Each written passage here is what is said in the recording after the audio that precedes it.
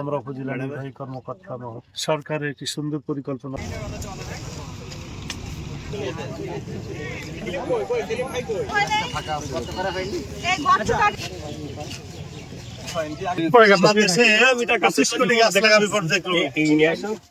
এটা সরকারের একটা মহৎ উদ্যোগ।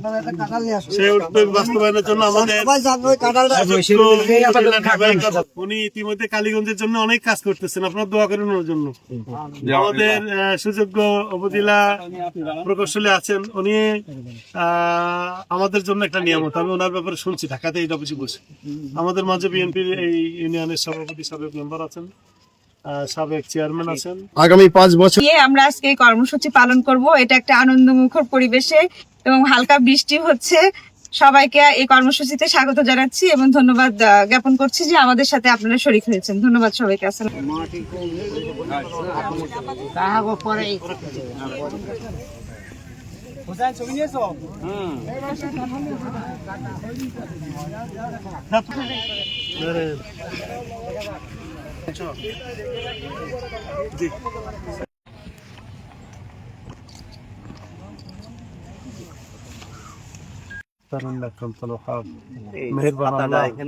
আমরা উপজেলা নির্বাহী কর্মকর্তা সরকারের একটি সুন্দর পরিকল্পনা বাস্তবায়নের জন্য আজকে বৃক্ষরোপণ অভিযান এখানে আমরা শুরু করলাম।